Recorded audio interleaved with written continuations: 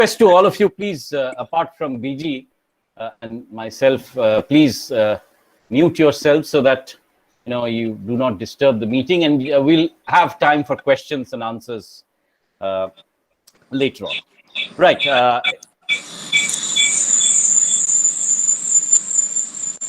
I can see that somebody has the microphone on. Okay, now it's muted. Right. It's my great pleasure today, on behalf of this course on travel writing, on Indian travel writing, to have with us arguably one of India's most popular and most able travel writers, Bishwanath Ghosh, who's known to our class by the name BG. Now, BG, is there a problem with the audio here? No, I can. Right. Good. Okay. Right. So BG was actually, he's just turned 50. He's started as you know, all of you, my students, he was born and brought up in Kanpur, and started his career in 1993 as a journalist with the Pioneer. And we've gone through BG's blog on the Ganga Mail, and we've seen how he's worked the political beat in Delhi. And then he moved to Chennai in 2001 to join the new Indian Express group. He joined the Times of India in 2008 in Chennai, which gave him the grist for his book on Tamarind City. And then he sort of traveled to Kolkata, where he's been an associate editor with the Hindu, and has lived here since August 2018.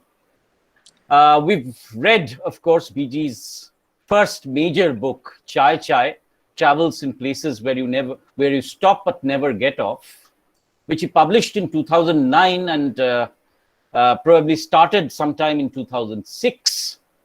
Now, later on, his books have included Gazing at Banaras, Travels Along the Line That Partitioned India. No, Gazing at Neighbors. Gazing at Neighbors, right. So, and then Longing, Belonging, An Outsider at Home in Calcutta, 2014, Tamarind City, 2012, and Chennai.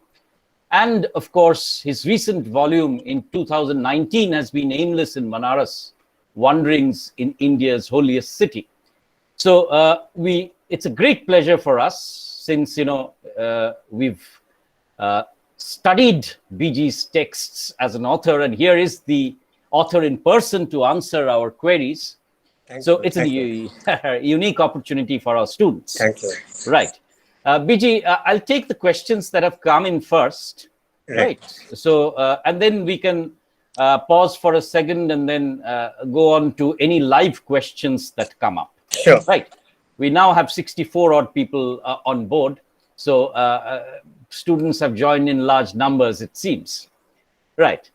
Okay. So my first question, BG, is what drew you to travel writing? Who were your favorite authors, and which travel writer has influenced you the most? So people want to write novels, people want to write poetry. You've carved your niche in one particular area of writing. So how come you arrived at this destination, as it were? Yeah, I think before that, how I became a traveler, and like I was born in Kanpur, and then I worked in Delhi for a long time, for about 7 or 8 years. When I lived in Delhi, I was on the political beat. And so when you live in Delhi, you have this false sense of self-importance, like, Delhi is the most important place, other places don't matter at all. And also at that time, traveling was not a very hot occupation. It had not caught on. As an activity, people were not traveling really, roti, kapra, or makan, they were busy with these three things. We have to earn a living, decent living.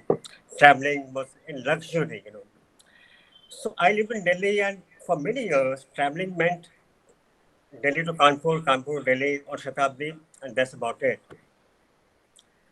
And that was a time when I was as I said, on the BJP beat, and this was around 1999, I think. The BJP had just come to government. So L.K. Advani, who was the party president, he had joined the government as deputy prime minister. So the BJP had to have a new president. So they chose Bangaru Lakshman from Andhra.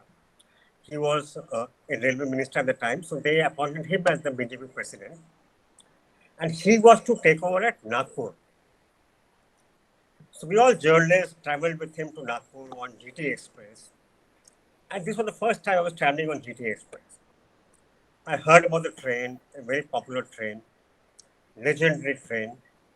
So we traveled to GT Express, and for the first time I went below, down south, Nagpur. I mean, like Bhopal, etc., etc.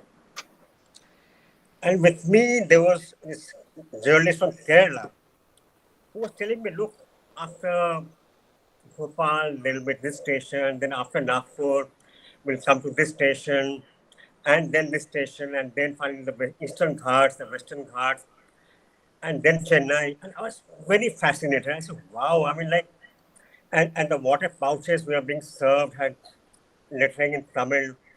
The waiters were Tamilians. It was all very new to me, and I thought, okay, I'm an Indian. I live in India, but I have no idea about this part of the country that I am like, So I thought, no, I must get there. I must go there someday. So that's where the whole traveler spirit was kindled, actually. And simultaneously, I think soon afterwards, I think Atal Bihari Vajpayee spent his birthday in Kerala, and Kerala became famous. So all these things happened at the same time. Like people who started realizing, okay, traveling is a serious activity. So one day at the Delhi Press Club, I met this editor who gave me my first job in Pioneer. And he was very happy to see me. And I said, sir, where are you these days? So he said, I'm in Chennai. I said, I would like to work with you again. He said, are you sure you want to move? I said, yes, absolutely. And I think within 6 months of this GT Express trip, I was on Tamil Nadu Express to Chennai. And leaving the comfort of Delhi, leaving behind that false sense of self-importance, I realized there's a world outside to be explored, to be discovered. And that's how I became a traveler. And the traveler became a travel writer almost immediately because I came to Chennai. I went to Chennai in January 2001. March 2001, that year, there were elections in Tamil Nadu and Kerala. I told my boss I would like to travel to one place in each of the states. So I chose Kannur in Kerala and Rameswaram in Tamil Nadu. And that was the beginning. After that, I've been traveling. I was single. So whatever money I earned for first 15 days, I lived like a prince. Next 15 days, like a pauper. So when the pauper days were drawing close, I would submit a proposal. Okay, I want to travel to this place and do a story and get an advance and get going. So that's how the travel writer was born. Then my publisher, he was reading me all this while, all that I was writing. And he told me one day that if you do something new, think of something new, then we could think of publishing it. So I was wondering what could be new. I was not very sure. That's the time I happened to go to Kanpur. This is 2006. I happened to be in Kanpur for Diwali. And now my father has a very strange habit. He would always read the railway timetable. For him, it was like as if he's traveling. He would enjoy reading. I mean, he's not going anywhere. You just read, okay, so-and-so train from Darbhanga to so-and-so place. Just for the sheer pleasure of reading. So one day I picked up a timetable and looked at the map, and I saw that the places that had the most lines passing through them were very little known towns, like Itarsi, Mughal Sarai, Jolalpet, in terms of railways, very important junctions, but as towns, you didn't know anything about them. And those were the days when Wikipedia was in its nascent stages. You hardly had any idea. Like, even if you wanted to know about Mughal Sarai, I had no idea. I mean, if you do Wikipedia, you won't get anything at all. Mughal Sarai is a town, latitude, longitude, so and so, and that's about it. So I thought, okay, this is an idea. I mean, like, go to these places and actually get down and spend some time. So I chose about 7 places, submitted the idea to the publisher. They liked it. I wrote the book. And to a great surprise, the book was a big hit. I was actually making money almost immediately after it got published, which even today I said, a chunk of my royalty comes from Chai Chai, even though I'm not very, in hindsight, very proud of the book, because in hindsight, looking back, I could have written a much better book. But I'm very positive about the book because I don't think I can write that same book today. So that's how I became a travel writer, and whether I like it or not, I'm still known as the Chai Chai writer, the writer of Chai Chai. So, I've learned to live with it. It's okay. Not that I'm complaining too much, but it's fine. So that's how I became a travel writer. As for the influence, I would say V.S. Naipaul to a big extent, William Dalrymple, his City of Gins is a fabulous book. Paul Theroux, Railway Bazaar. Mainly Naipaul, I would say, mainly Naipaul. Right. You mentioned, of course, Paul Theroux in Chai Chai. Yeah. As a book you carried with you. Yes, absolutely. Right. Okay. My next question is, this is something we've been discussing in our travel writing class, Right. as to the self of the traveler and how he combines empiricism in sort of recording data experiences. At the same time, so that's the journalist self, and the impressionist author figure, say, who strikes up a conversation with a particular person, takes in and brings in personality into what is essentially an empirical travel narrative. So how do you, when you travel, how do you bridge the two? How do you know what to soak in? Do you record things? Do you write when you are remembering things, or is it a matter of jotting down things and writing at the same time as you are traveling? So what is the process?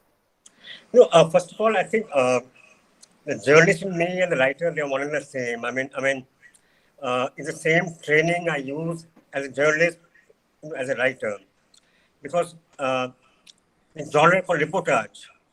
So what I do is basically is an extension of reportage. I have questions in my mind. I look for answers, and I convey it to the reader in the simplest manner possible. So this is something I do as a journalist. This is something I do as a writer. So there's not much of a difference between, rather there's no difference between the journalist in me and the writer in me. They're all the same. Like when you do long form journalism, it's the same as travel writing. So a good piece of travel writing is a good piece of travel writing, whether it's appears in the newspaper or in a book. So there's no difference as such. And as for taking notes, again, it comes, you're trained that way. You listen to a good line. Somebody says something which, wow, that's something, you note it down. Or you have an experience, you get to the hotel in the night and you jot down 2 points, whatever. But having said that, I think most of my books have been written out of memory, in spite of all the expensive notebooks that I keep buying and the expensive pens that I have. I realized that, I remember when I wrote Gazing at Neighbors, I went to all the place. I spent about 3 to 4 days in Murshidabad, during which I traveled from Bahampur town to a place called Jalangi, the Bangladesh border. So, and then I came back to a notebook, and the only thing I written in the notebook was, the car owner is a talkative man, and the driver is a quiet man. Something like that. That's all about it. I mean, what I saw, nothing at all, nothing at all. Fortunately, I mean, I am blessed with a sort of good memory, so almost everything was written out of memory and nothing from notes. But yeah, having said that, as I get older, as the number of books increase, I try to take as much notes as possible. But having said that, uh, you tend to give in to instincts, which is being lazy. I mean, you can't like, you have a long chat with somebody. The last thing you want to, come back and write it out. Of course, often there's a version of recording also these days. But in my experience, I realized that I write out most of the stuff without referring to notes or to recording. It all gets stored somewhere here. And it comes out of habit, basically, I guess, as habit as a journalist. Right. Okay. Now the next is, one of the essential features of the popularity of Chai and your travel writing is the delight of the style. You have a very non-judgmental, at times sardonic, humorous, yet a keen eye to detail. So, what would you like to, as a writer yourself, how would you evaluate your stylistic feature, and do you really do you cultivate it? I mean, say, does it come naturally, or do you kind of think about what and how you're going to present your authorial persona and your experience in that travel writing? Right. I mean, to answer your question, see, I'm just guided by one principle, that I should write as simply as possible. Because if somebody is not able to understand what I'm saying, the whole purpose is defeated. So that's the guiding principle. So when I'm writing, I have this invisible reader standing behind my back who is really looking at the screen. And I ask him, do you understand what I just wrote? And if he says, yes, I do, then I proceed. And if he says, no, something is missing, very often we tend to write for ourselves without assuming that the other person would understand. But I'm guided by this principle that if the MD of a company is able to enjoy my book, even his chauffeur should be able to enjoy it. Otherwise, the purpose of writing the book is wasted. I'm not here to flex my literary muscle, And what is literary muscle, anyways? Ideas, a book that makes you think, that makes you ponder, that makes you look at your own life. To me, that's something literary. Literary does not mean the language has to be difficult. You have to struggle through the paragraphs, look at the dictionary. I don't believe in that. Basically, I like to write stuff that I find easy to read. So this is something, and writing very simply is quite difficult. And even more difficult is to describe the simplest of scenes. I mean, when you're talking to friends or family, you can say that, okay, I did this, I went to this place, then I went to this place, and this happened, then I went to sleep. It's easier said than written. But when you write it, it's quite challenging. And much of my time is spent on that. And there have been times when I write sentences which I feel very proud of. I think, wow, it's pure work of genius. And then I think, what's the point if the reader is not able to understand? I have to junk it. So the guiding principle is to write as simply as possible. And this is something not that I mean, it takes effort, but it's not something I plan or whatever. That's the default setting, basically. So there's no persona. The moment we use the word persona, we tend to separate. We talk at the reader. I'm not talking at the reader. I'm talking to the reader. Okay. The reader is a friend. He's not a person who is inferior to me. He's a friend who probably knows better than me, and I'm merely relating what I happen to see in a place. So there's no persona. I think that goes against the very nature of good piece of writing.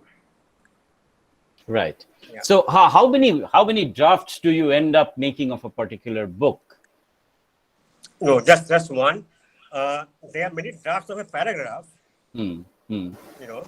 Because again, here the training as a journalist helps because I can't write something and then go back to an edit.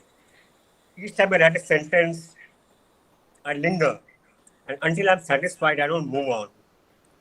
So it's usually one draft, but each sentence is rewritten many times. Right. Right. Yeah. Okay. Let me move on to the next question here. What, according to you, makes Chai so very successful? You've just said that you've been known as the author of Chai. Your royalties for this book are supersede every other book of yours. Yeah. You yourself say, however, that you wish you had written it differently, yet it remains your signature book. So, what do you feel was there in Chai which made it so popular? See, I wrote Chai. I started working on Chai in 2007 when the internet in India was at a very primitive stage. Now, why I'm saying this is that this also meant that I had absolutely no information about the place before traveling to it. Like I landed at Mughal Sarai at 3:30 in the morning. I had no idea whatsoever what to expect. I didn't know a soul. Uh, uh, I knew no hotels. I had nothing. I had no idea at all. I mean, I just took a cycle rickshaw and in search of a hotel. Similarly, in Shornu, I get on the train at 5:30 in the morning, and I don't know whether I'll find a hotel or not. Whether I have to come back to the station, spend the morning or the afternoon in the platform, and probably get back to wherever I came from. I had no idea. Similarly, at Guntakal, I remember it was a very hot day when I got to the station, and I walked from one hotel to another, and every hotel was booked because there was a wedding in town. So I think these moments of uncertainty, I think people enjoy. They are waiting to know what's going to happen next. Okay, what next? What next? What next? Now, this is something I won't do today. Today probably I'll call up the hotel and it's okay. Do you have a room? I'm coming on so and so day.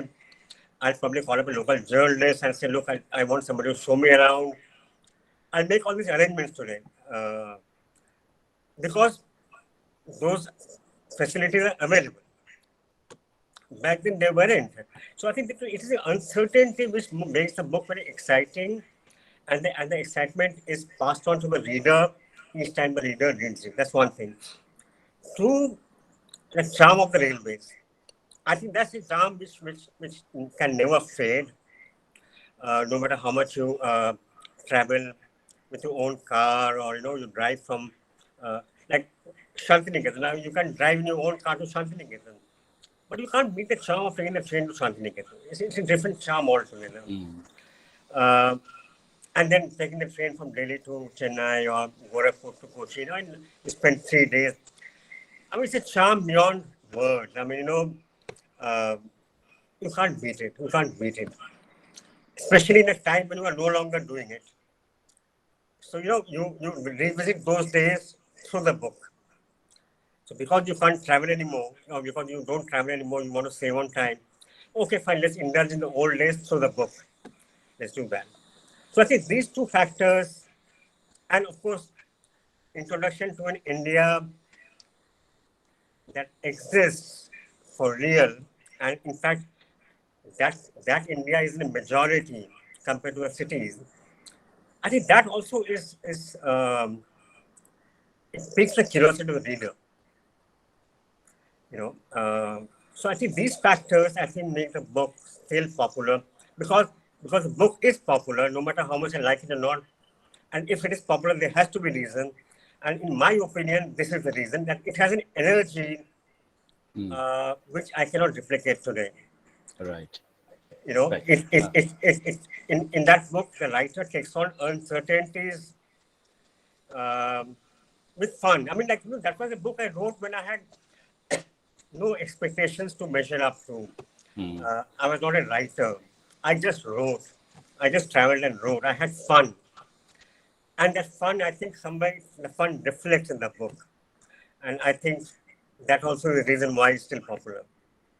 Right. BG, maybe you can have a glass of water, and I sort of would like you to ponder over two things that we speculated in our discussions in class. Right, right. One, of course, was this figure of you as such, the cool dude whom we called it, who could walk up to any place, who could sort of strike up a conversation with just about anybody, who would, like to travel to a particular place and then suddenly change his destination, would walk into a bar and strike up a conversation. You see those anecdotes about, somebody sort of putting a fork into the chili chicken.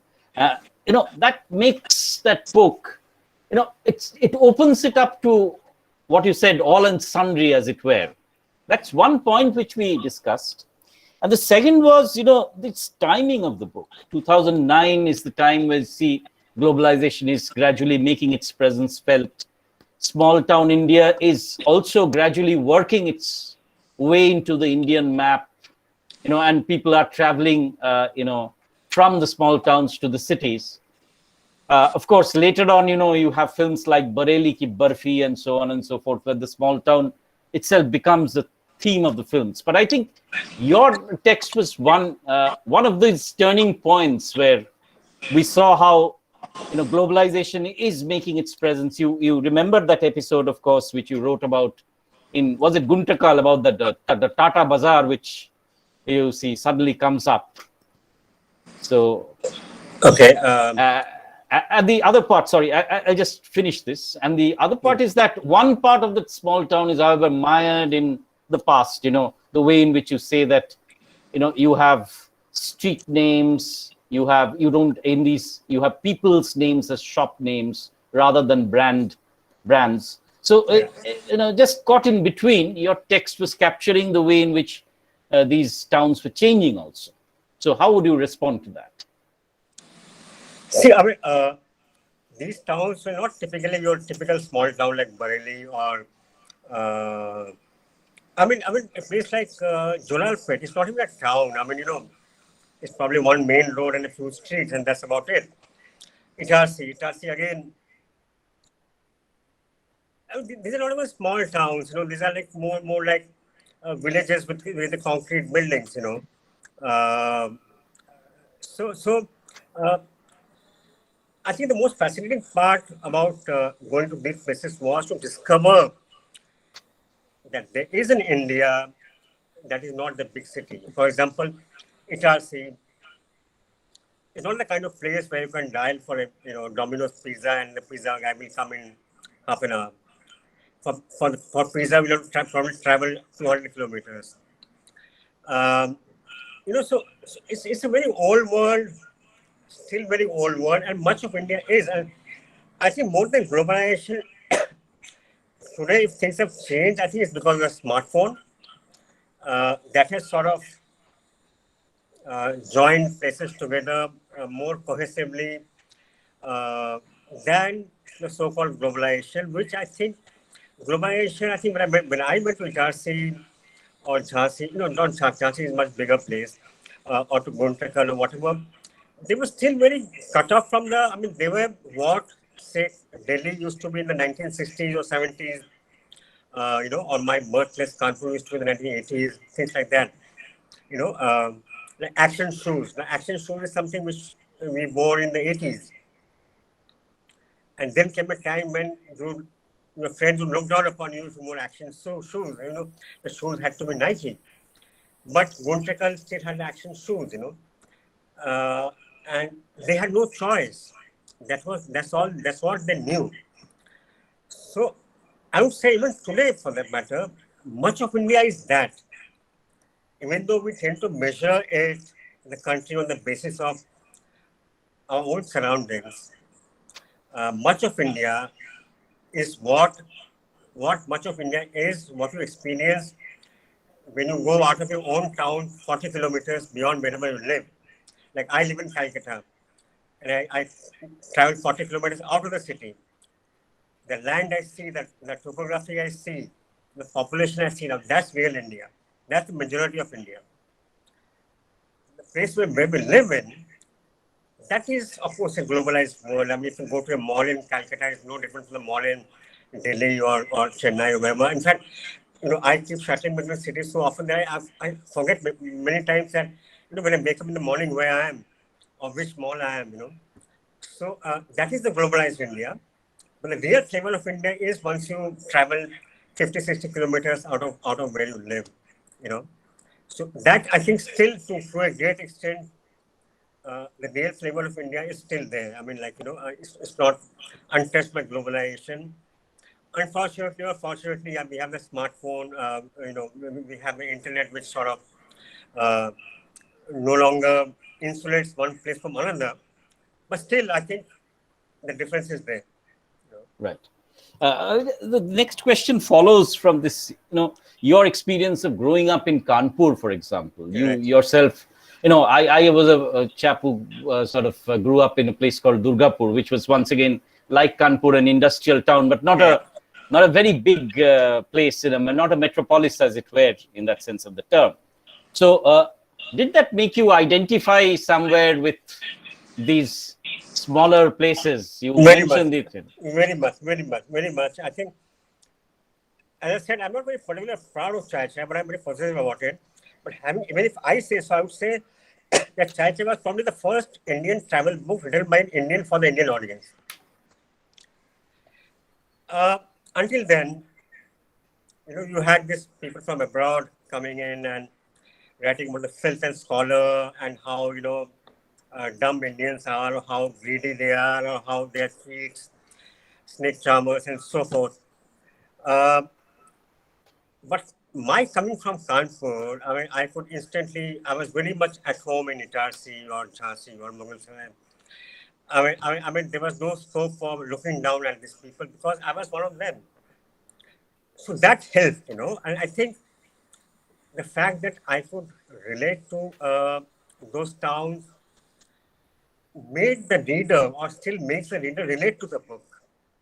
And I think that also is probably a reason why the book is still doing so well, because people are able to relate to it. They see themselves, like when I'm traveling and when I'm talking to people, they see a bit of themselves somewhere out there. Right. So yeah, I mean, certainly, Kanpur, even though Kanpur is not a small town, but I mean, small compared to, culturally, when you compare to Calcutta or Bombay. But that helps, yes. It certainly helped. Right. Okay, let me come on to the next question. This is slightly naughty one.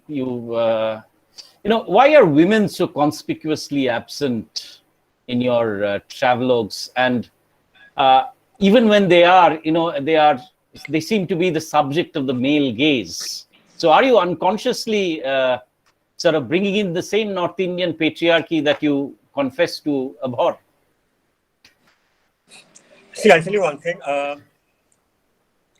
Even today, when you roam around Calcutta, say you go to Chitpur Road, or wherever, old Calcutta or central Calcutta, you will see urinals only for men, not for women. Why Calcutta? I mean, any city, you go, urinals are only for men. Why is that? I think that's because women are not supposed to come out. They are supposed to stay home.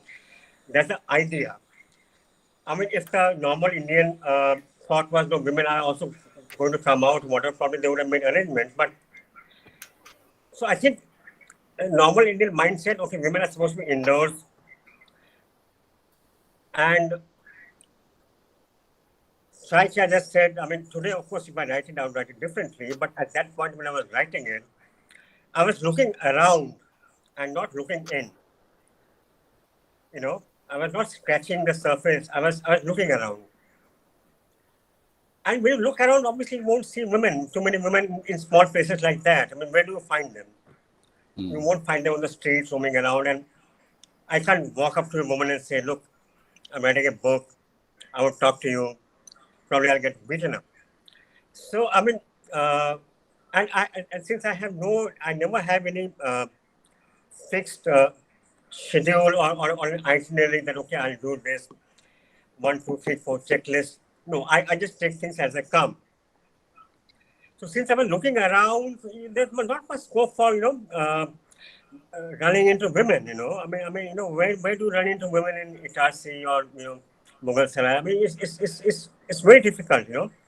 So it was not a conscious decision, or it so happened that I left them out or whatever. It just so happened. Mainly because I was just looking around. My approach to that book was different. Today, if I do chai, I'll probably uh, have a sort of a plan, talk to people. Today I'm much older, wiser. I look at it differently. And I'm sure there'll be more women in the book. But at that point, I was just sort of, having fun, looking around, going to the bars, where you found very interesting people. And those are places you can't find women there, those bars. So it was purely coincidental, it wasn't planned that way at all. I mean, it so happened, and these are things in hindsight. I mean, I didn't even think about it that, oh, there are no women in the book. Now, after 11 years, I mean, you're pointing it out. Nobody has so far. I'm glad you are, but then my answer is, well, probably because I was just looking around and I didn't really go with the, script. So, But Biji, if I just persist with it, I've just read Aimless in Banaras, and there also, I'm faced with the same kind of, let us say, absence. This is what fascinates me. I would say for you, it seems travel, and I'm sorry, please don't take it personally. It's like that we're dealing with students here who are looking at the kind of absences which matter in an author. Again, I'll tell you that. No, in Banaras book, there are women characters, and they are very strong women characters. At least two of them. Probably you haven't come to those yet. Maybe, I'm not very sure. So there are very two strong women characters, and that's one thing. And I myself mentioned in the book that there's so many men, but where are the women? And then I say the women are there. They are watching you, but you can't see them because Banaras, the city as such, is a typical UP city, where again, you don't see too many of them. I'm talking about the local people out there in the open where, who you can approach and say, look, I want to have a chat with you. She'll probably say, no, talk to my husband first and whatever. So it's still a very patriarchal society. I mean, so if you really, taking a walk or looking around, it's very unlikely that you will come across. These things happen in big cities, and these are very nice things to say.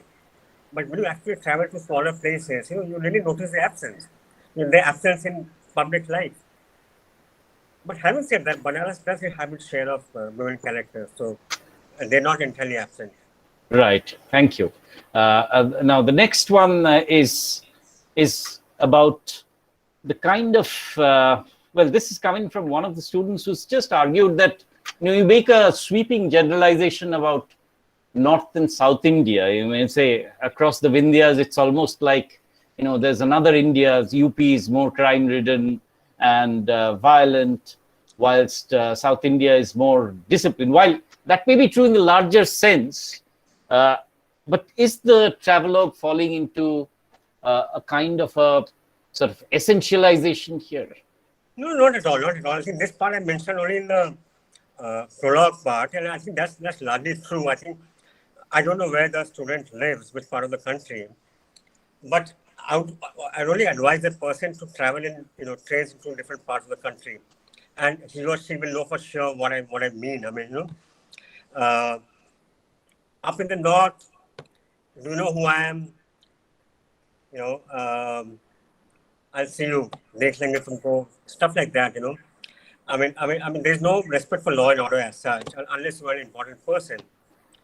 Not in the south. The south is a far more civilized place. I mean, there can be no thoughts about this. I mean, anybody who has lived in both parts of the country will say this. I mean, in the north, it matters what car you drive, how you are dressed, not in the South. The South, I think they have far more respect for you as human beings. In the North, the treaty will have more respect for you if you look distinguished. But down south, they don't care. So this is a very fundamental difference. Is the truth. One cannot deny that. And this is something which I'll say a million times. No matter, what opinion, what forms of me, but it's a fact, and it's a fact which one can verify by taking the train from Kanpur to Gorakhpur and from Trivandrum to Chennai, and then, So, Right. Yeah. Right. Okay. The other part is about your hybrid identity. You are a Bengali who's been brought up in Kanpur, so Yeah. you're familiar with North India. One of your blogs, delightful blogs as it was, on the culture of the gully in northern India, and Yeah. then you travel to Chennai, where you spend a considerable amount of time, and then you travel to Kolkata, and food once again becomes a very important part of your experience, as it were, your writing also.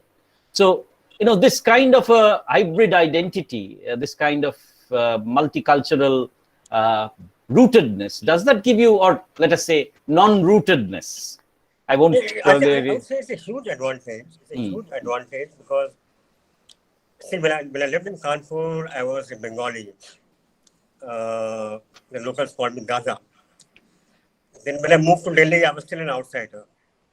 And Delhi, everybody is an outsider. When I moved to Chennai, I was an outsider. Today, I live in Kolkata. I'm still a Probashi. The sense that, now I live in Kolkata, but I'm still a Probashi Bengali. I didn't grow up in Bengal. So that, I think, makes me a perpetual outsider.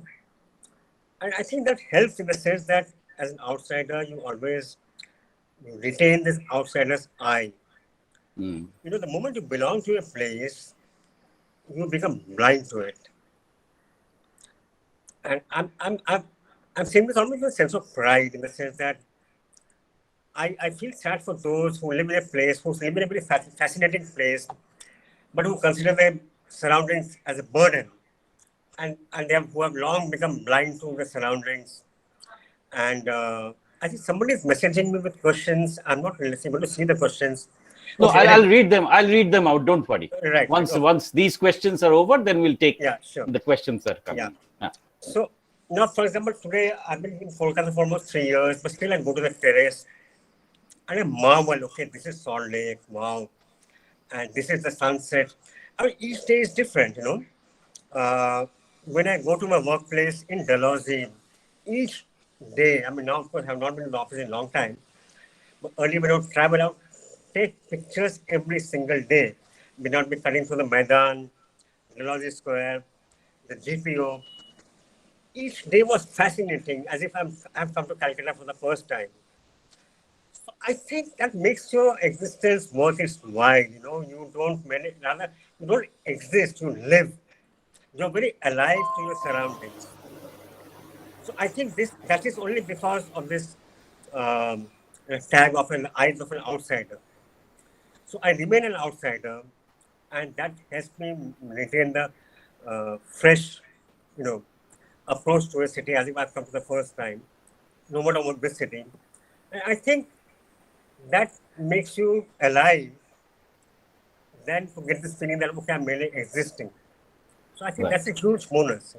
Right. That changes the quality of your life. I think the students who are listening in, I think this is a very important point that BG is making about the gaze and the kind of sense of non-belonging, outsiders gaze, which I think is very, very interesting point that he makes. And I guess also you're being part and parcel of every part of culture of India. I must point out here also that after Chai Chai, my most popular book has been Tamarind City so far. I think another reason for that is why that book is popular is I've heard most people tell me that, look, I'm the Madrasi, I'm a Tamilian. I've lived in Chennai for 30 years, and I didn't know these things that you write about. So I think that those kind of comments are very rewarding. They make you feel good. So I think that happens when you have an outsider's eye. You see things that have been there forever, which the local can't see, but you get to see it. Right. Right. Yeah. Okay. So, there's this question which is coming from Shubham, Okay. who's also sort of written.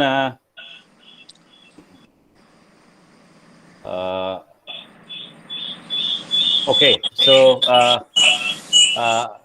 BG, I'm sorry, I just got distracted a little bit with that sound. But the question is, how have you changed as a travel writer between Chai Chai and Aimless in Banaras? You say you've become more wise, and so on. So, would you like to take that question again a little bit? Would you like to discuss that? Yeah, I mean, it's a difficult question to answer, but yes. Um, as I said, when I wrote Chai Chai, I was just looking around, you know. Um I was not looking inside. But as the years passed and I was writing more, as more books came my way, uh, I started looking at the place. I started scratching the surface, you know. Uh, there are two ways of writing a travel book. One is what happens to me. Okay, I was bitten by mosquitoes. The dal was watery. The roti was leathery. I couldn't sleep. There was too much of noise. And, where you are the hero and the place is incidental. And those people, the places you're traveling through, they are like inferior to you. And you are the hero. But real travel writing is the other way around. But you don't matter, right? I mean, whoever you are. It's the people, the places. And any place is made by its people. So you have to tell the people's stories. How did they come to be? Why are they why they are today? What happened to them? So it's looking at the place, and there the hero changes. The place is the hero. The local people are the hero. Hero is your character. You are in the background, right? So you let your characters come to the forefront. So that's one thing we'll see. There's a difference between Chai Chai and say Embrace in Banaras. In Chai Chai, I'm there more often. And what affects me gets figured in the book. But in Embrace in Banaras, I don't matter at all. It's the people of Banaras, the characters I meet, they matter.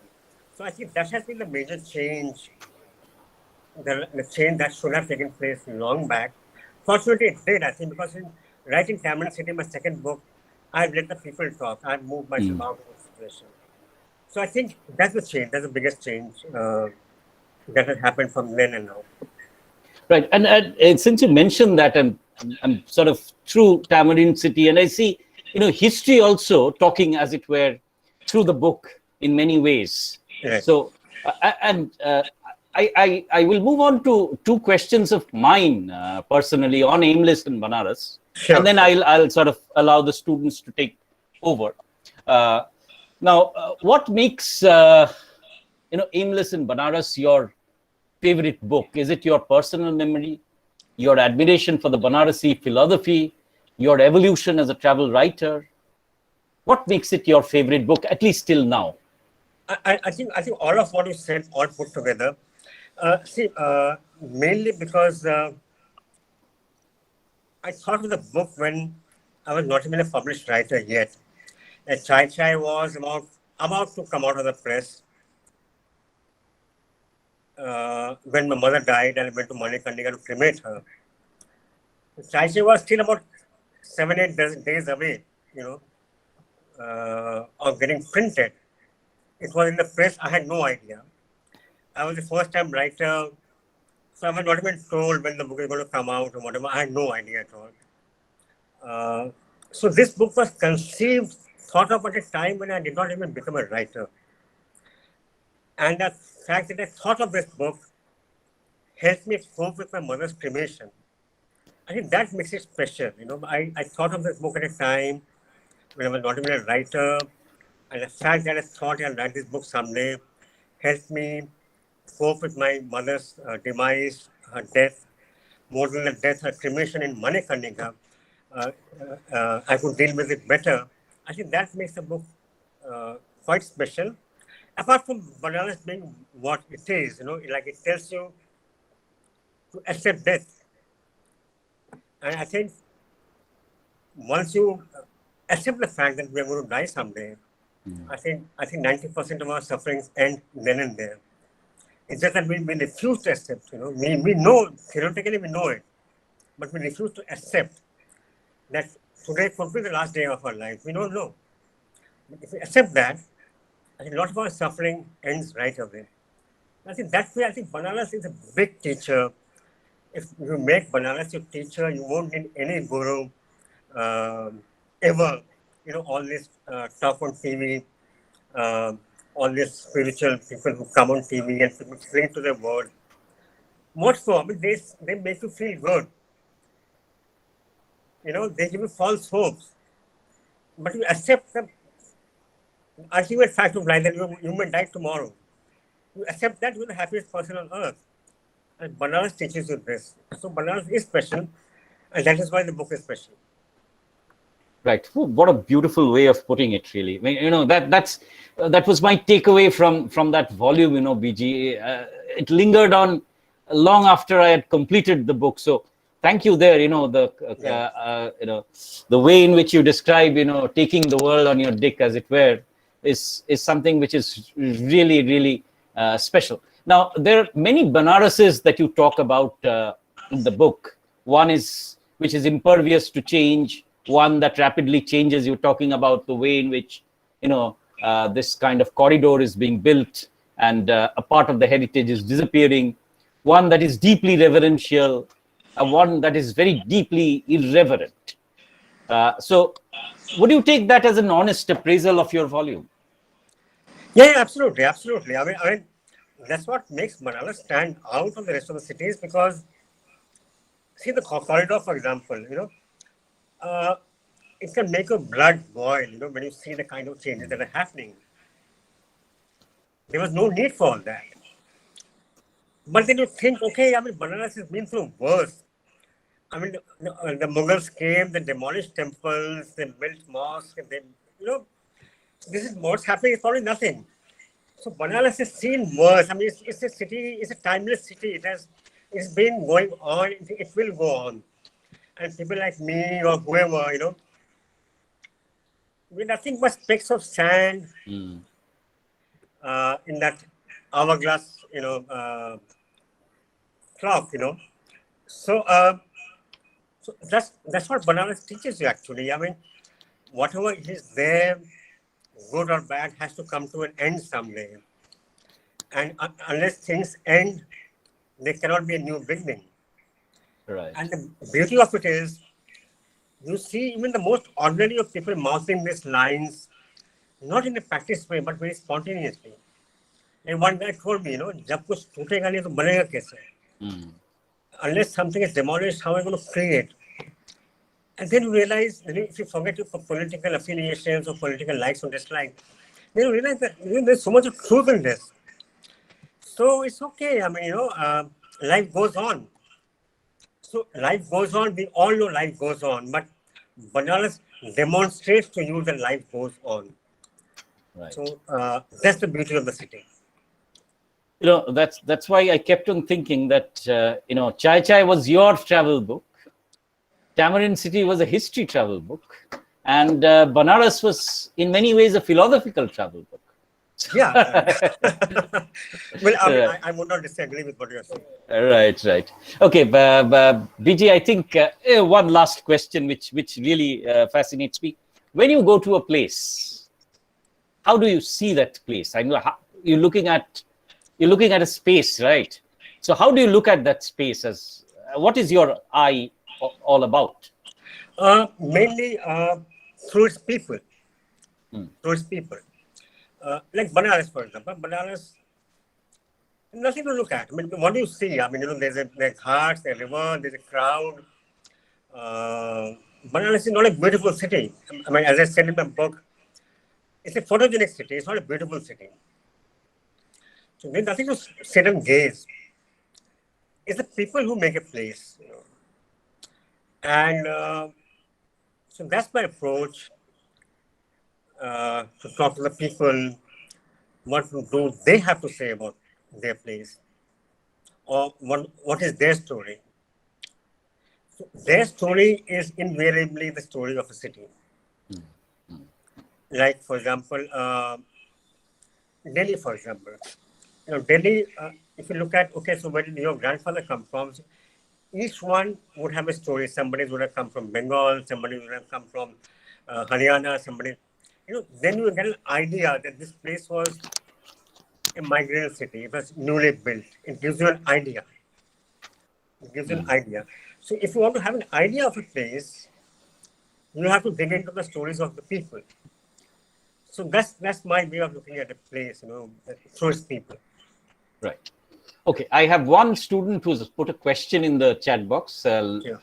Loki has put in. He says, is there any difference between writing a travel narrative from a first-person eye and a third-person point of view?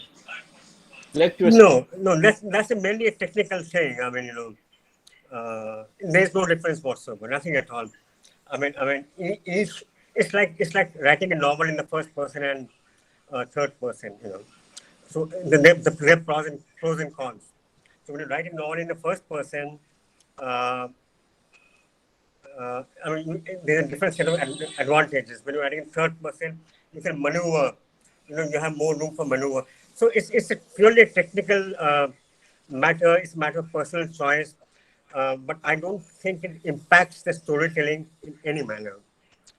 Right. But having said that, I would prefer a first person for travel narrative because the reader has somebody to hold, whose hands he can hold and move around. Somebody he can trust.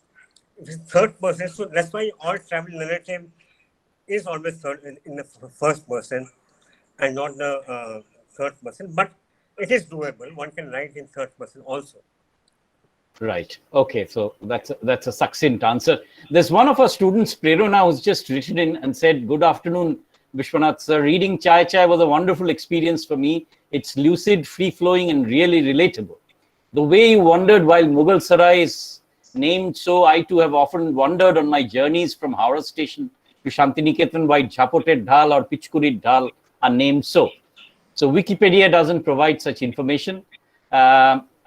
And later on, she learns that Dhal means the plateau. But her curiosity is to know that while depicting the world and people in transit from an objective perspective of a journalist, you have never mentioned any change in yourself, if any, or any change in your perspective due to these travels. Did any such incidents while traveling influence you, or it didn't? You consciously chose to avoid writing about those inner journeys and evolution transition? Karuna, I could sort of recommend Aimless in Banaras as a text which could answer your question, but let BG answer it. All I can say is that probably I'm going to write my travel memoir someday, and probably in that I'll handle these questions. So I'm not done yet, you know. So there are more books to come, and I'm sure this question, I mean, it's a good question. But each book is about that place, you know. I mean, it's not so much about myself. I write about myself only to the extent to establish, what should I say, the goodwill where the reader trusts me, reader knows who I am. Beyond that, no, there's no scope for writing much about myself, which I intend to do on a future date when I write my travel memoir someday. So yeah, but talking about the fascinating names of places, I think nothing can beat North Bengal. It has names which I don't know how the names came out, like Fasideva, and Mata Bhanga, for example. it has so many names. I mean, seriously. I mean, you know, I mean, very amusing, you know, amusing and enlightening, in fact. So yeah. So for this reader, Gorumara, yeah. Exactly. Right. On that note, you know, can I just see that you're probably dividing it into your blog. Your blog is where, your personality sort of comes through. Yeah. In many ways, but your blog is not so regular. Why? No, because see, I mean, I was very regular until the time I wrote Chai Chai, and then writing books is a full-time occupation. Then um, find my little time, and then also there's Facebook. I think Facebook was singularly responsible for my blog going to the dogs.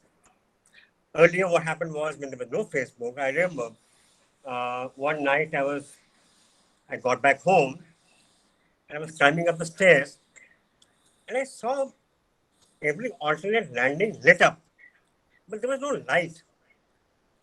And then I realized it's the moon. And then I got back home and I wrote a long blog about the moon. It's still there.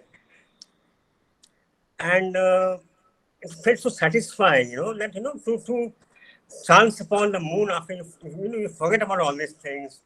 And then you realize that, wow, your staircase is lit up by the moon. And then you write about it. Now, if I see the moon more, I take pictures. Like last time I took pictures of the strawberry moon, put it on Facebook, and I'm done with it.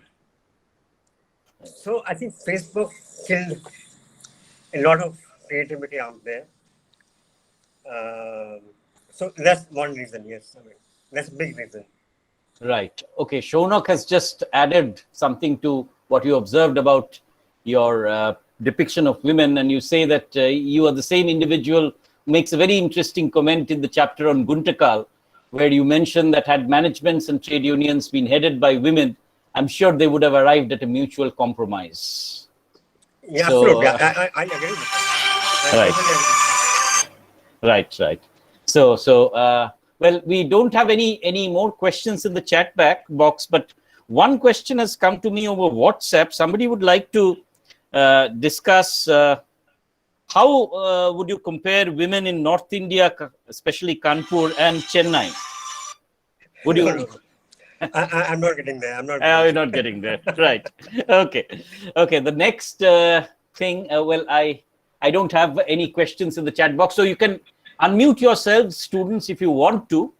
I know that there's, BG, I thought that I was the first one who included you in the academic scenario, but apparently Adamus University has already had a course on you. So we have a research scholar from my department who taught it earlier and who has worked for his PhD and included you as an author. So is Tanmay here? Tanmay? Yes, Amrita, I'm there. Tanmay, would you like to ask anything from BG now that you've got him in person? Actually, thank you, Amrita, for that. But actually, I wanted to ask the question that you have already asked. That how to understand the place. I mean, actually, that is the question that I have because my work is on the city, so I have included your longing, belonging. That book. Right. So I'm just looking into that. How, but you have already answered that it's through people. But I was also wondering that how our preconceived notion, for example, the landmark. For example, when you are describing that. I'm sorry. Perhaps this discussion is centered on Chai Chai, but I guess it's applicable to in case of any travel book. That what are the things that we see other than people? Maybe landmarks or maybe some ideas that we already have. Before we go into that city or place. So how does that work? If you that's tourism. Like if I go to Agra, if I go right about Agra. Taj Mahal is a touristic thing. It's a monument. As I said, a place is made by people, and how people, their stories, how people treat other people, the law and order situation. This gives you a fair idea, sufficient idea to draw a portrait about a place. So, landmarks, important places, this is tourism. Now, if somebody says, okay, I'm going to Chennai, what is there to see? I'll say, okay, look at this place, go to Marina Beach, whatever, and that's about it, But if you want to understand a place, I think a place is much beyond the physical features or structures that are there, Those are, in fact, quite superfluous if you look at it. Like, for example, now you have Sardar Patel's statue, I don't know where it is, which part of Gujarat. But now you can't say that statue defines that place. So it's people who define a place. And at the end of the day, I think if I were to write about a place, or if I were to understand a city, I would look at the people. Right. Yeah. Okay, I have one of my very perceptive colleagues, Onunna. Onunna, would you like to put a question? She's also teaching this course with me. So, Onunna, would you like to sort of unmute yourself and ask anything specific to BG? Thank you very much, Amrita, and thank you, Mr. Ghosh, for that very engaging discussion.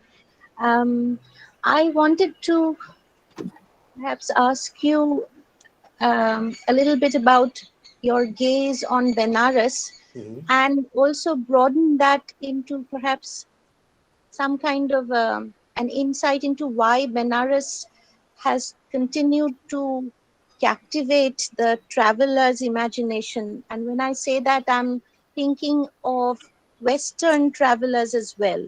There's a certain kind of, if you like, I don't know, there's a magic to Benares which is difficult to, I'm not saying that in as a value judgment at all and in an entirely secular light, but I'm thinking about Mark Tully and others who have also written about Benares. So perhaps would you like to talk about where your gaze, if at all, differs from the Western travelers? Sometimes the Western travelers become an Indian, like Mark Tully. I mean, he's a naturalized Indian almost.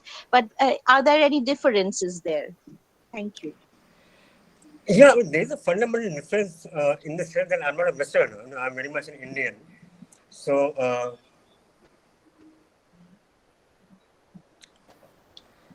see, Banaras to the Westerners, I'm not sure if I can answer this question. I'm qualified to answer this question, but I'll tell you what I think. And India being a country of miracles, of magic, as you said, of customs, traditions, rituals, a very strange place. I think Banaras fits that image. If you go to Banaras, you'll still see all that you have imagined about India. You'll find a snake charmer, you'll find half-naked sadhus, you'll find everything. But having said that, I think the Western view also is changing of late. And I think many Westerners who are probably more Banarsis than Banarsis themselves. Like, for example, there's one particular temple on Manikarnika. There, the evening arti was attended by more Westerners than Indians. And they were all dressed in Indian clothes and stuff like that. Probably they attend Nirvana, I don't know. So why Westerners come, I think it's because Banaras has all the ingredients that they have all grown up reading about. Even though Banaras is changing, they also very chic Banaras. You have this posh eateries, posh shops that sell, handicraft and all that. The bookshops, all that is there. So I think their fascination is rooted in the fact that Banaras is all that. Because Jaipur is no longer the Jaipur, Delhi is no longer the Delhi, but Banaras still is. And but for me, of course, I'm a UP wala. I grew up in Kanpur and Banaras. My reasons for being fascinated by Banaras was completely different. I didn't have the Westerners. I don't get excited by the sight of the sadhu. I won't reach for my camera. For me, he's a part of my life. I've seen him forever. So my approach naturally is very different. My approach has been very personal, and it's not that I went to Banaras with a checklist. It's always been one thing leading to another. So when I set out to write the book, I had no idea what the book was going to be all about, and then one thing led to another. I think that's how most books get written. You rarely can have a chart or a rough idea or a roadmap. In my case, all the books are written the synopsis is so different from the book that has eventually got written, vastly different. Because when I write the synopsis, I'm still ignorant about the place. I have no idea. The synopsis reeks of ignorance. But once the book is written, a more humbled person emerges, who gets to see the real city. So yeah, so there is a difference between me and probably how a Westerner looks at Banaras. I don't know Thank if I've you. been able to answer the question, Yes. but I've tried. Yeah, we see a similar kind of idea of the ancient somehow living on in the present. In the case of Rishikesh is also a place which seems to draw a lot of foreigners Uh, who are coming looking yeah, for. I would slightly disagree with that. I mean, just because foreigners come does not make a place ancient. Okay, Rishikesh is an ancient place, but No. today it's a very commercial.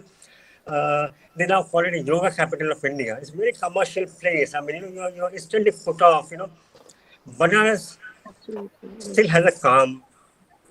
If you sit on the Ganga Ghat and sit for some time in the evening, you still are able to sense that calm, which I don't think is there in Rishikesh. I think every Westerner who knows his yoga is there putting up pictures on Instagram. Everybody's there.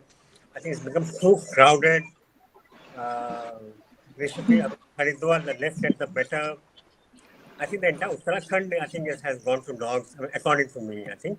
Yeah. Banaras, I think there's still parts of it, and the certain times in Banaras which still belong to, from 100 years back, in Yeah, my your Benares is some probably the perhaps resonates with the Benares we see in Masan, one of the uh, quite appealing milestone small town movies. I mean, I guess small town movie I arrived think with Masan that's to the some thing. That's the extent. thing about Banaras. It has a bit of everything. It has a bit of Masan.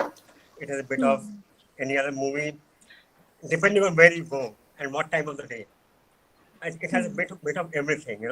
So I think unless you are really a cynic person, I mean, who hates everything, it's very unlikely that you won't like Banaras. I mean, if you don't like one aspect of Banaras, there's surely another aspect that you're bound to like. It has something for everybody. Right, and Thank you so much. you kind of move that book from Godulia to Assi Ghat, so that becomes a kind of of yours kind of center from which you move around in Absolutely, Banaras. absolutely. So Godolia is touristy Banaras. mm. Assi Ghat is the Tate Banarsis Banaras. Right. One of the good things, BG, about being an academic here is that you frequently get called to BHU to evaluate PhDs and to conduct interviews. So Wow. even for me, every time I touch down in Banaras, I tend to sort of move into these smaller lanes and find out something very interesting. You probably would have tasted the dahi vada there, which is Yeah, once yeah. again sweet and sour and tangy, and again so on. Absolutely. Right. Anyways, Boyjanto Mukherjee, one of our students, he writes that chai was an absolute treat, and you wrote about Sunita and Sheetal and your reminiscences about your student life. So, in your journeys, have you come across any of the people you've mentioned in the text? Does that make any difference in the travel? Sorry, would you repeat the question? I mean, I didn't get that. In your journeys, you've written about Sunita and Sheetal and the reminiscences about your student life. Right, okay. So, in your journeys, have you come across, he asks, any of the people you've mentioned in the text? If yes, how have they changed? Later on, after writing the book, or He's okay. writing, of course, during your travels, of course. No, not really. I mean, except for one occasion during Chai when I came across a schoolmate who is more of a pain because he calls me occasionally and he wants me to write about something what he's doing. But at that point in Jhansi, when I was feeling very lost, I bumped into him and it felt good. Apart from that, Chennai was my own city. Calcutta is a city I knew. gazing at rivers, very remote places, for me to bump into anyone. Banaras, Banaras, I didn't bump into people. I mean, it was planned, okay. I'm in Banaras, okay, let's meet up. But no surprise encounters. Right. Encounters, as it were. Yeah. Now, I had one small question, BG, since your book has been translated. Have you met the translators? Have you actually sort of looked at the translations? No, not at all. One afternoon, bell rang and a courier guy handed me 2 copies of Hindi Chai Chai, and that's it. I had no idea it was being translated. Did you like the translation? I haven't read it. Oh, you haven't. Okay. I don't read my own books. I find very embarrassing. Right, but you've surely come across readers of Chai Chai, numerous readers. So how do you sort of, who are these people who read Chai Chai from all walks of life? Or are they mostly people from the metropolis? No, all sides. Like, I know I get very strange comments. Like, the lady from Odisha, she said that if there was a quiz ever held on Chai Chai, she will win hands down. Then another lady, I don't remember from where, she said when she was pregnant, she was reading Chai Chai and she used to sleep with a book under a pillow. And then there's this guy who gifted his father Chai Chai because his father worked in the railways. And his father actually died on the desk with the book, with the book opened upside down. And that's when the son looked at the book and he started reading the book and he liked it and he said, look, I mean, yeah, sorry, there's a phone call. So imagine the father is reading the book and the father dies while reading the book. And the book is lying on the table, upside down, open. And later on, the son gets to read the book and he likes the book and writes to me saying, look, initially I didn't think much of the book. But because my father was reading it, I happened to read it. I must tell you that the book is very special to me. So I have had all kinds of people writing to me about Chai Chai. Somebody says it's a cult book. All kinds. But as I say that it's a book I'm not very proud of. I'm very positive about it. Because today, if I would write it, I would write a different book. But then it's my book, it's my first book, and it's okay. I mean, like, what do I do? I mean, other than live with the fact that it's my book and my best-selling book. I once had finished reading Chai Chai, and I've read your book almost thrice from cover to cover because I was teaching the book, marking the places where I'd like to quote, and so on and so forth. So I was struck by the fact that the title is quite misleading.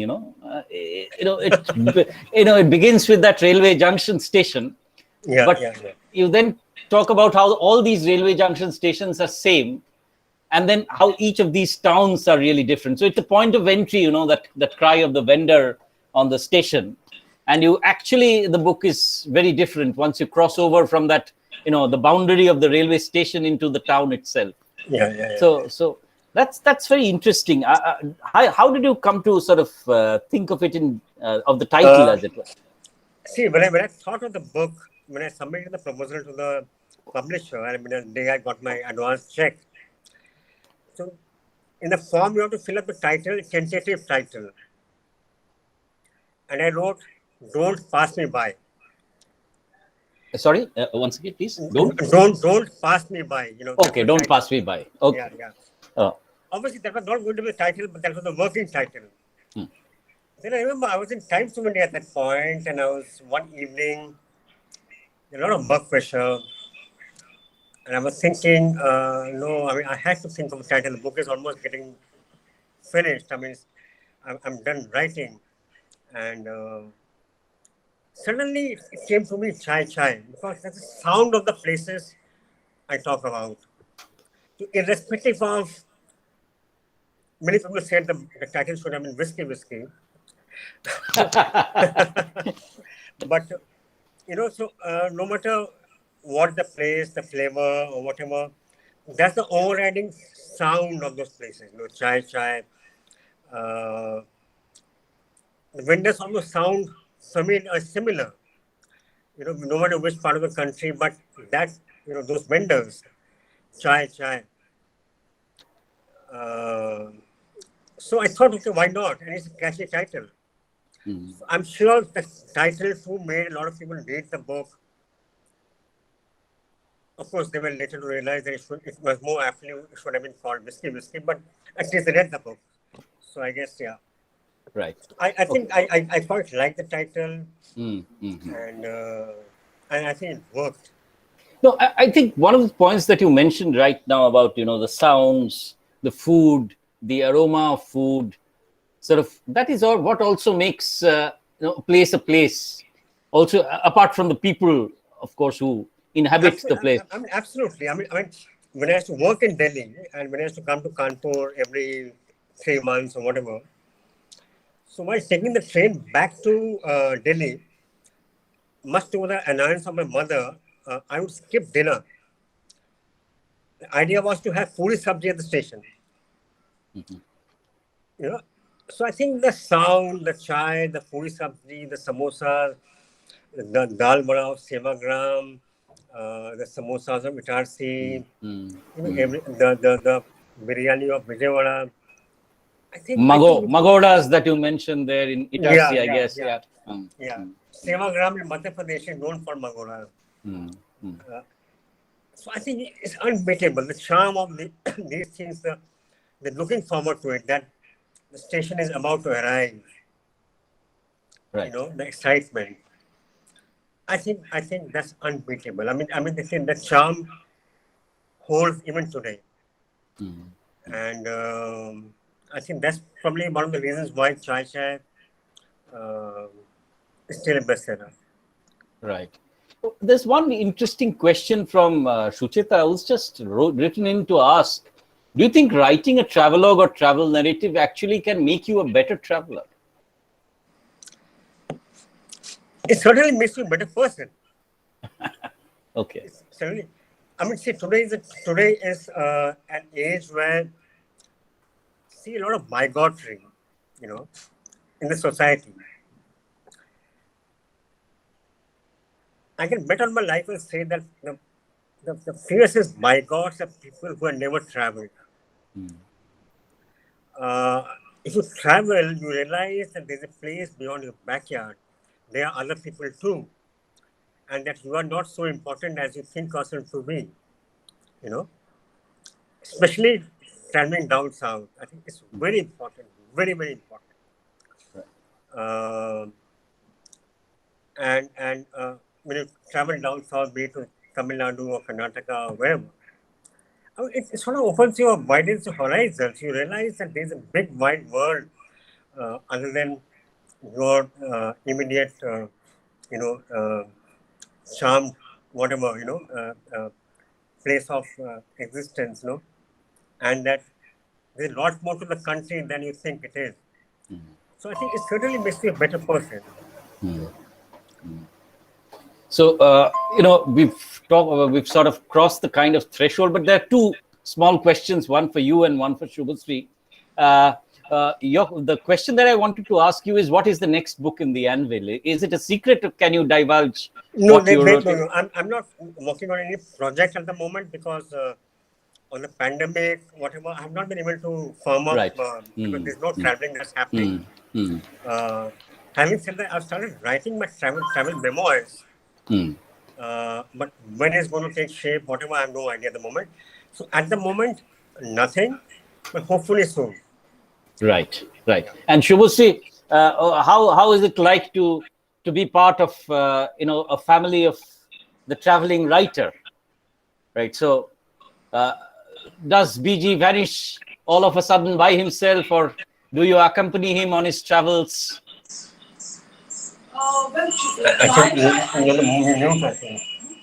No, please. Yeah, you mute, Shubhasri. You need to unmute yourself.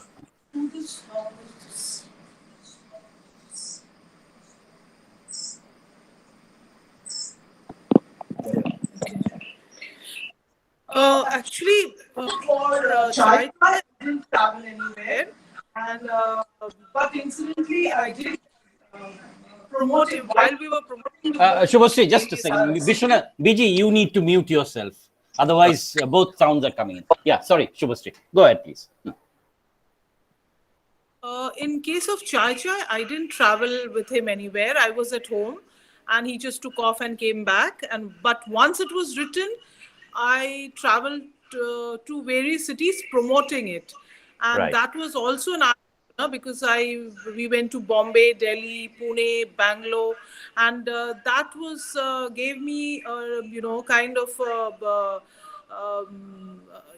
like the feel of how it was perceived. See, I read it. I read the first copy sitting in Kanpur. Incidentally, his mother had passed away. The first copy arrived there, and but my reading it was different from. It was it was quite an eye opener seeing how different people perceived it. So in case of Chai Chai, it was that. But as far as Longing Belonging, as far as Tamarind City, I went to most of the places. Like since we were living in Chennai, I have distinct memories of all the places that he's written about. At least I would say 85% I happened to visit on one of the trips, because some places he would go several times. And same with Calcutta. I've even gone along with him to places like Sonargachi or whatever, I mean, like, so I have so it was a learning experience for me as well, because I would have never gone to such places, whether in Chennai or Calcutta. Gazing at Neighbors, I didn't really go anywhere, but since I also come from Bangladesh, like my family comes from there, I had some idea of, I mean, like what he's talking about, and I could relate very well to the stories that he brought back through these families and people, whether in Bangladesh or Pakistan. And Gazing at Neighbors, that Banaras book, yes, I have been to several places because he made several trips. Not all of the places with him, but several I've been to after he had written the book also. Like he was talking about the temple, which the Westerners, or a lot of the places. So in many cases, I had my own take of these things. And so I wrote my own version of these, because two people go to the exact same place, they would look at things totally different. It happens. So it has given me a lot of topics to discuss with him also, that or make him, rather maybe confuse him or make him more sharp on how to derive at factors. Because see, he's gone to one place, I've gone to the same place with him. He's seen it some way, I see it some other way. Then I'm pretty vocal as well. So I don't know if it's helped him, but it has helped me develop my views also. So that so interesting, for students also. It's, you see, the writer's consciousness, as BG's consciousness, must have been, somewhere influenced, filtered through the consciousness of the people with whom he has traveled. And so therefore, so travel texts in many ways are also collaborative works in many ways, although there's one person in front, I guess, but there are, other perspectives which go into the making of the travel writer. Right. So, BG, sorry, Shubhash, please go ahead. No, I'm saying, like, you see someone who's born and brought up in smaller towns would relate to this in a much different way as compared to someone who's grown up in a metro. Like, I grew up in Calcutta, but I went to school in Chandanagar. So I'm kind of like a small town person with a big town perspective. But, it does. The reader makes a lot of... This is my learning when I traveled for promotion of all his books. That people may look at something in various ways. So that is the thing. BG, in case you want to sort of... Shubhasri, you'll have to sort of mute yourself now, sorry. Yeah. So in case you do want to do something on Shantiniketan, I think... Yeah, I think that could be a good idea for both of you to come down and stay with us and do your travel writing there also. So that's the invitation. Our students would be, delighted to meet you. Most of them have actually attended this session. I'm very surprised because by the time it's 50 minutes, the data seems to sort of evaporate and they vanish. But this time around, all of them have stayed back. So Okay. obviously, you seem to have enthralled them quite a bit. Right. Correct. Formally, let me thank you for being part of this session. And, when we were drawing up this course, me, Anunna, we were discussing about post-independence travel writing. This has a pre-independence travel writing component also. So that's where the colonialism and the other things come in, and the first Indians go. And then we were looking at authors like Vikram Seth and Amitav Ghosh, who are more, in a sense, established literary writers. But you see, one of the things that we immediately felt about your writing was that you, as you pointed out, are an Indian who's written about this vast amount of traveling that we do within India. The inflections of the language, the awareness of the food, the aromas. So we thought that this would be, one of the texts that should alert our students to the multifarious aspects of how internal travel within India has shaped travel writing as well. And we're very glad that we sort of had the opportunity of reading you. Discussing with you has been a great bonus. So Yes, my pleasure, absolutely, my pleasure.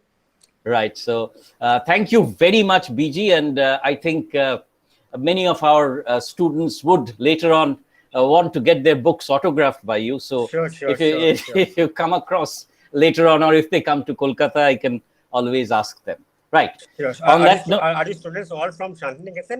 No. They're from different places. As some of them are actually from Chandannagar, Shubhu Street. So and from all across Bengal, from outside. There are students also from North Bengal, and especially the hills. So Right. if you come across, we can get you introduced to them, so that Sure. once you travel, maybe they can help you in locating people and places also. And my Right. thanks to all those thanking me on Messenger. I can see. I mean, they say thank you, sir. So I don't know whether thanking you or me. I don't know, but yeah, thank you.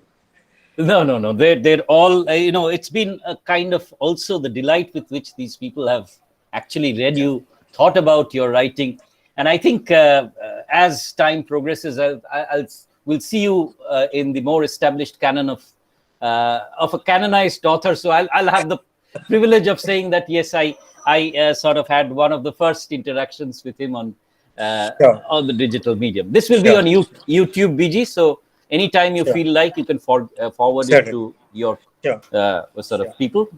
So on that note, I'll bring this discussion to an end. Yeah. Right? Thanks. Okay. Thank you so much. Thanks. And all right. Okay. Bye, everybody. Bye.